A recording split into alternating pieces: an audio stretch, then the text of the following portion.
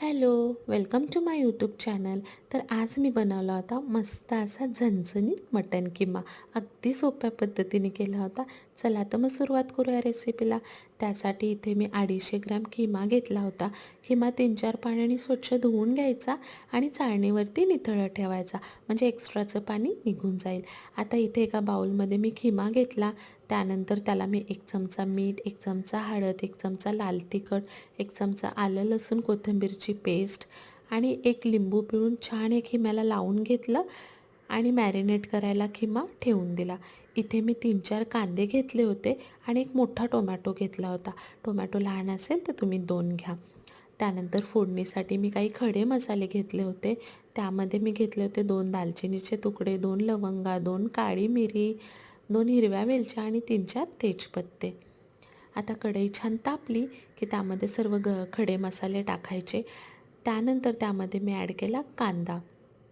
कांदा छान परतून घ्यायचा. तुम्ही बघताल कांदा छान परतला गेला की त्यामध्ये ॲड करायचा टोमॅटो. टोमॅटो छान परतला गेला की त्यामध्ये ॲड करायचं आलं लसूण आणि कोथिंबीरचं वाटण. जे राहिलं होतं ते आपल्याला इथे वापरायचं आहे. हे छान सर्व एकत्र एकजीव करून घ्यायचं. त्यानंतर मी त्यामध्ये ॲड केला आमच्या घरातला काळा घरगुती मसाला. आता तुमच्याकडं कोणता तुम्ही वापरता तो ॲड करा, किंवा तोही नसेल तर तुम्ही तुमच्या आवडीचा मटण मसाला वापरू शकता. त्यानंतर त्यामध्ये मी ॲड केलं 1 चमचा लाल तिखट आणि 1 चमचा हळद. आता मसाले तुम्ही तुमच्या आवडीप्रमाणे वापरा, म्हणजे तुम्हाला किती तिखट लागेल. त्यानंतर त्यामध्ये मी ॲड केला मॅरिनेट केलेला खिमा. आता हे सर्व एकत्र एकजीव करून घ्यायचं आणि झाकण ठेवून 10 मिनटं खिमा छान शिजू द्यायचा.